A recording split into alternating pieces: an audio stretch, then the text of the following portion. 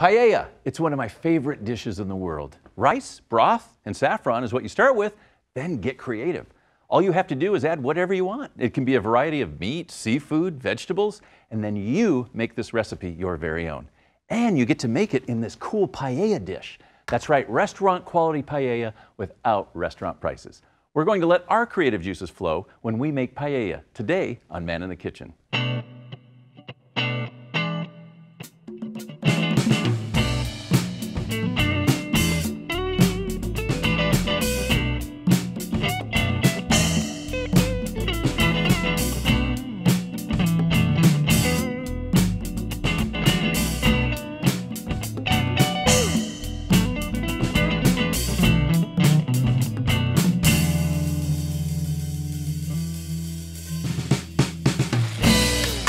Oh, like I said, you just start with the basics here and then you can add your own. Paella is so easy to make. I mean, it's simple and it's so good and it's well worth it.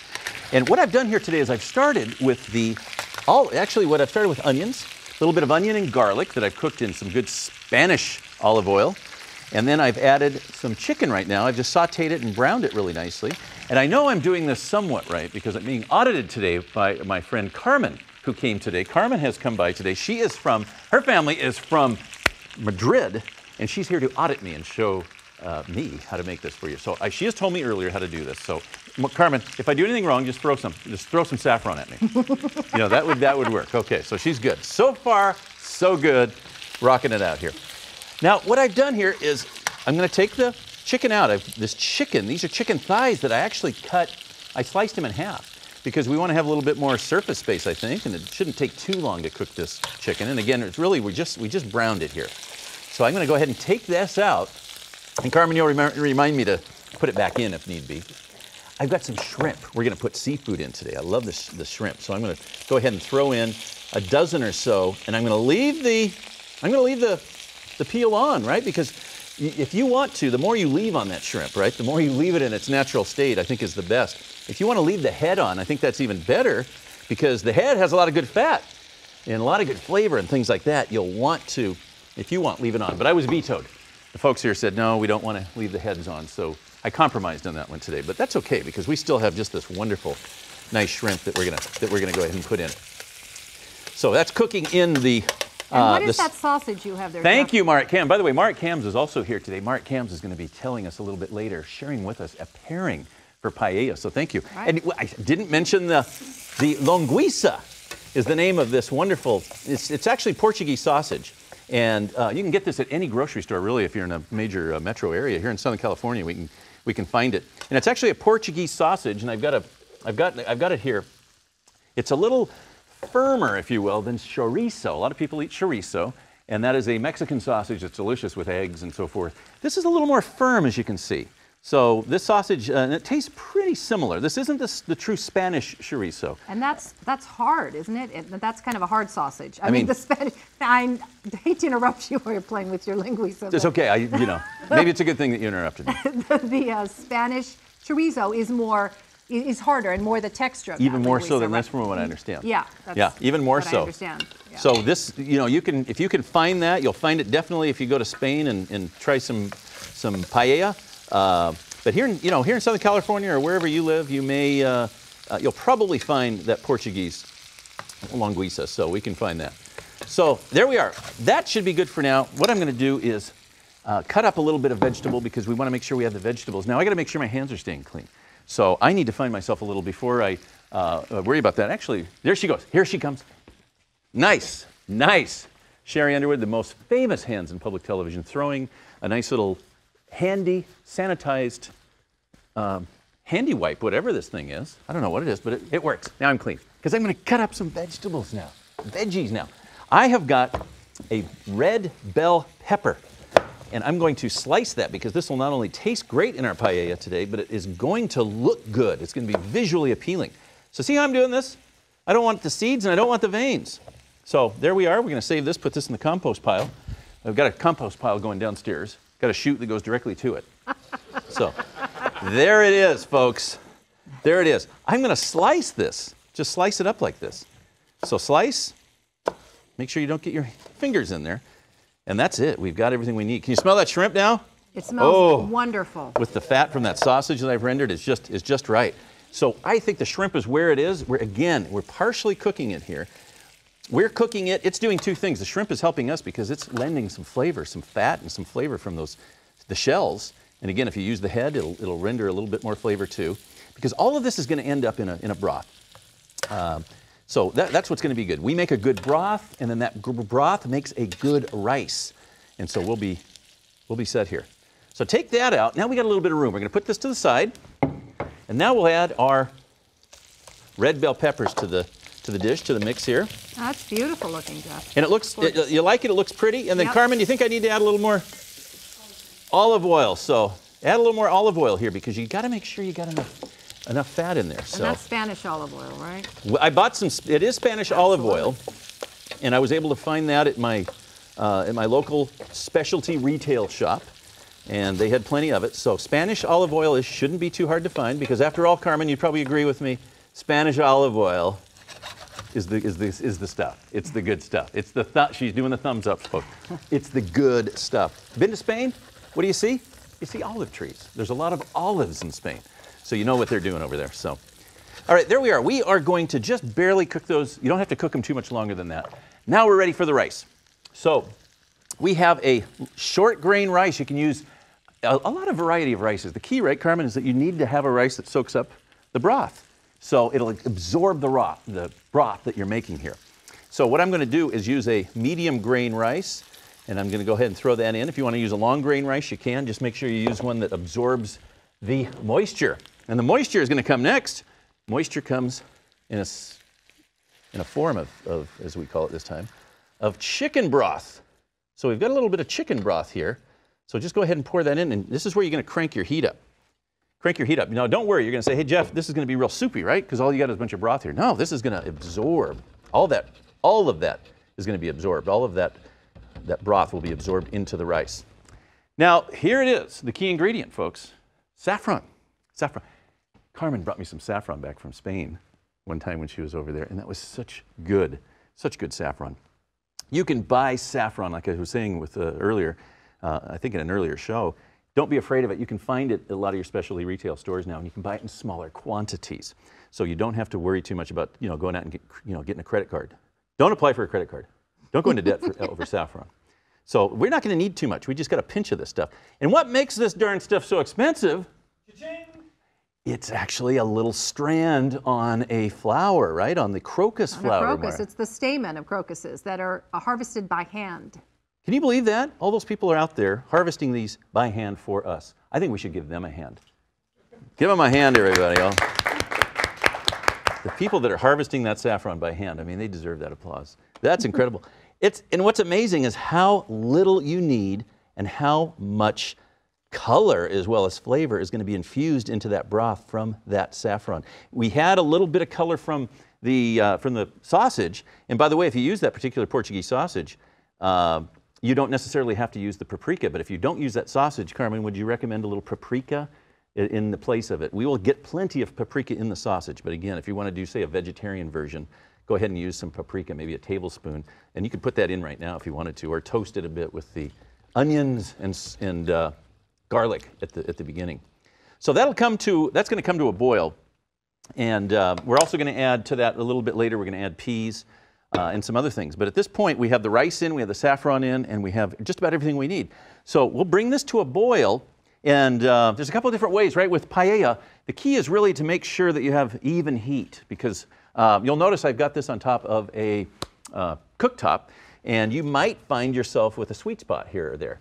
But if you actually go ahead and put it in an oven, you're gonna find that you have a much more consistent heat, and you could possibly cover it. Do you cover yours? So you can cover the whole pan, get yourself a good, either a big piece of foil or something like that, and cover it, and then you're assured to have the rice. And really, those are the secrets, I think, to making a good paella. And you can make it. You don't have to go spend an arm and a leg for it at your local restaurant. You can have it right here. So now what we need to do is talk about something else that's really, really popular. And do I need another? Is it time for the handy wipe? Do we have a handy wipe moment? A sanitized handy wipe? I can't remember if I've touched anything wrong. You can never be, your man in the kitchen can never be too clean. So we're going to wipe off the hands. Because if I don't do this, I have to wear the gloves. Yes, and I want to do that. Do I wear gloves? No. No gloves. No, this is a glove-free show. Not in the Man in the Kitchen is a glove-free environment. Excuse me, Jeff. Carmen has a little suggestion. Carmen's chiming in. The auditor is chiming in. She's... Oh, thank you. Okay, one little detail, okay? We need, because you tuned in for chicken and shrimp paella, so you need the chicken and the shrimp. So thank you, Carmen. I would have forgotten this completely. One little small detail. You know what happens, it's true, when you get older. I get something called CRS disease, and I will not tell you on this show what that stands for. But you can I can't remember something. Okay, wink, wink. So I had a little CRS disease there going on. So, oh, there we go, perfect. So that will continue to cook. The shrimp will continue to cook. Also, the chicken will continue to cook here as the rice is absorbing. So now I think we're good. So while we're waiting for that to absorb, and we're talking probably another 20 minutes to 40 minutes maybe before the paella is ready for us to eat. And in that time, why not enjoy a little bit of tapas? Now, tapas is a great little appetizer, sort of. If you haven't been to Spain or if you aren't familiar with tapas, it's really just an appetizer. And there's hundreds of them, literally. There's hundreds of different types of tapas. You can go to Spain, you can go to places like San Sebastian or Barcelona or one of these cities over there and go to a variety of tapas bars. You can do a tapas run and try different types of tapas and then go to the next place and try that. And maybe drink a little sangria while you're at it. And we aren't going to be doing sangria on the show today, but we'll be doing the tapas. And one of the most popular over there is something that we might call bread with tomato. Over there they call it probably something like pan con tomato or something, you know, along that line. But here we'll just call it tomato and bread. Toast your bread. Here's the key. Get yourself a good bread. You got to get a really good high quality bread like this. And then toast it. And you're going to love this. Take a little piece of garlic. So you'll grab your garlic, get a good clean knife, and then just take maybe the tip off of the garlic, and then you're going to just rub it. You're going to rub this fresh garlic. You'll be surprised how easy it comes off right here. And you're rubbing this fresh garlic to infuse the garlic with this wonderful garlic, or infuse the bread, I'm sorry, with this wonderful garlic flavor. Then after you've done that, get a good fresh tomato. Now, if you've got fresh tomatoes in your garden and you're wondering what to do with them, wonder no longer, because this is an awesome, awesome thing to do with fresh tomatoes. So we're literally going to do the same thing. We're going to just rub the tomato right across the top of the bread to get a good, wonderful tomato flavor. And then take your Spanish olive oil and just drizzle it. I'm just going to do one of these right now. Drizzle it right over the top. Now, if you want to, you got some good quality sea salt or good quality salt, you can put that on next.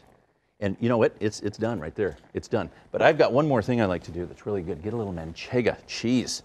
And you can find this at most of your stores in Southern California. Not too hard to find.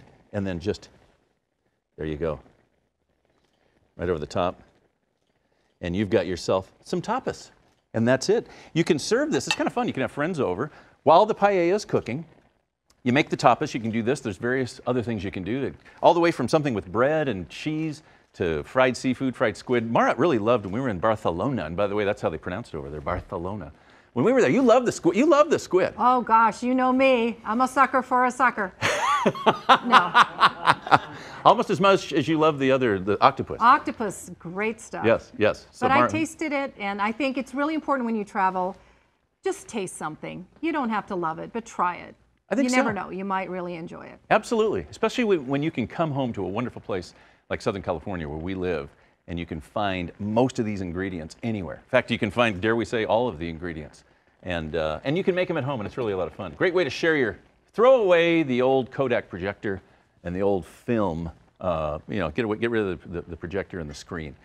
Tell about your travels with the food that you enjoyed when you were there, and cook it for your friends, because you can find the ingredients here. It's wonderful. So there we are. So let's check our paella and see how it's coming along. Well, I think what I'm going to do is I'm going to put this, probably go ahead and put this into a, probably cover it and put it into an oven. So maybe that's something we can, should we do that? Let me get to, Sherry, do I hand this to you now? I think I can. I think I can hand you one side. Do you have a towel on your side? Because I'm going to put this into about a 350-degree oven, and then, here we go, group effort here. Can you get that side? Yeah, I got it. You got it? I got it. Going into a 350-degree oven for another 20 minutes, maybe 30 minutes, until all that rice has been absorbed. And as Carmen told me, we'll get a nice little crust on the bottom. Nice little crust on the bottom, and that'll be really, really wonderful. Okay, so we actually, as we mentioned earlier, we do have a special moment now that comes at about this time of the show, where we all just stop and have a moment of silence and thank our maker for this great food. And at the end of that, we also throw in, and by the way, for Marit Kams also, because she comes to us with a great wine pairing. So would you please welcome Marit Kams. Hey, hey. Marit, nice to see you as Good always. to see you. You know, this is so cool because I have fond memories of Spain.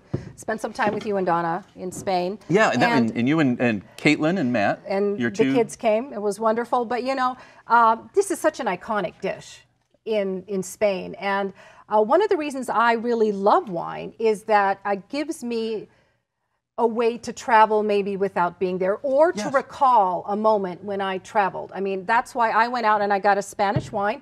This is Albarino. It's a white. It's probably similar in body to like a Sauvignon Blanc. So if you like a Sauvignon Blanc, you will like this. I do. This is served quite frequently with paellas, and especially those with seafood and chicken. I mean, very appropriate. And so there's a little bit lighter, little kind of bit a lighter lighter, flavor of the crispy. paella. This has got a little bit of a mineral base. So you know how a Sauvignon Blanc's kind of are minerally? Yes. This will have that, but it's a little more floral than a Sauvignon Blanc. This actually comes from northwestern Spain. So it's very heavily influenced by the Atlantic Ocean. Cold, wet winters and warm summers, and that makes this little baby really happy. So, I love it. So that's shall perfect. we try and yes, see? I think we shall. I think we should. Yep. And we know we should, so we really shall. So there we are. Yes, and another moment of silence. Yes. For the gods that have made the Spanish wine. Now this one, I just think this is such a pretty color. Look at that. That's it really just a is. really gorgeous kind of a pale yellow. And that'll be perfect with paella because paella has so many colors going on. I think so. And what we're looking for, so you're going to have a little bit of fruit, not much though. It's really about the mineral taste at the end. Okay. It's acidic, it's lively, it's crispy. Let's see. Let's try it. Oh yes, I can see that going with the paella because it does have a... not quite as bracing, I don't think, as not a as a Sauvignon Blanc, no. Because that can just come and slap you across the face sometimes. And it really can. Let you know it's in the room. Yeah, absolutely. And then it's not leaving for a while. Yeah. Yeah, but this isn't that way. Yeah, no, I think this one's really good. It's actually got nice legs for a white. Thank you, Yeah. Jeff. Oh, wow. I was actually talking about the wine. Sorry. Yes, I was talking about the... Okay. So there we are. I think this is going to taste very good with this. I think it tastes good just like this. And what do you think with the? Think it'll go with the tapas too, with the Actually, with the this tomato is and one bread? of my very, very favorite, and it's so easy to do, and it's surprising when just to think tomato pulp. Yes. On toast and the garlic, and I love how you put cheese on there. Any reason, any excuse to have Manchego cheese. Oh, let's Manchego do cheese it, right? is absolutely Let's do wonderful. it. Take that opportunity. Our daughters have always been close friends, and on your birthday, yes, they prepared tapas for us. They did. That was really sweet. Yeah. And that was really sweet. They had a little different variety. We had, where we have actually taken this and spread the pulp. Right. They actually made sort of a separate tomato. I mean, they did. They allowed us to kind of do our own. We kind of applied our own. That was really nice. So we could kind of vary the tomato a little bit. So that was awful nice. But this is one of my favorites. We should try this. Maybe we should try a little bit of this, huh? I'll cut it with this, and we'll Okay. see how it goes with this wine. Let's see. I think that's important. Oh, it's crusty. Oh, it sounds it's crusty. good. Crusty's good. Oh, I think that's going to be absolutely I don't know. Well, good. usually crusty. Sometimes crusty's not good. Right, Depends right. on what you're talking about. But when we're talking about tapas, Yeah. tapas, it is good. We're But on trying to. tapas, crusty's good. We're trying to get the. Okay, you caught us. All right. We're trying to get the young demographic. Okay, Yeah. we're trying to get all you guys that watch those Seth You know what? Rogen I movies. think if you gross them out, they will Yes. come. They will gross them out. They will come. Yeah. Stick around, youngsters. You know Yeah. what? Oh, there's more. We can gross you out all kinds of ways. All kinds All of right, ways. okay. Let's cheer our Okay. and let's try a little bit and see All how right. this is. Oh. You try that. I'm going to try it too. I'm going to toss this over to Dan, Oh. our good friend Dan, because I know the young. Stay for Dan too, youngsters. You'll dig him. Is it good? Is it going to work with the wine? Better than good. Oh, okay, good. I'm glad Better than good. so everything works well together. So Dan stopped by and made something good that is going to be Something Spanish, I hope? He actually made Wonderful. something Spanish. Good. So it'll go very well with this dish. So stick with us, watch Dan, and we'll be back in a little bit. Sure. In Spain, they eat French toast? They do, Jeff. Amazing. It's called Torrijas. Torrijas. Torrijas, and it's actually a whole blend of, as you can tell, many different flavors Yeah. that are going to be infused into some milk that we have up on our stove already. So we're going to go ahead and take care of that. Ooh, that's going to be good. Now this can be anytime, not just breakfast. This is actually, it's great hot, it's great cold. It can be made ahead of time. You can eat it as a snack. So we have our milk. We're going to pour some sugar into it. And it's really easy as far as all the ingredients, but there's just a lot of them. You have salt. Okay. About a teaspoon of salt. Vanilla. A lot of flavors are going into A nice this. flavor just in the milk. You have lemon juice. Lemon juice, okay. So maybe a tablespoon of that. You have orange juice. So we got our citrus covered. You have cinnamon. Okay. A lot of flavors going into this milk today. Nutmeg. Ooh, watch out, it's hallucinogenic.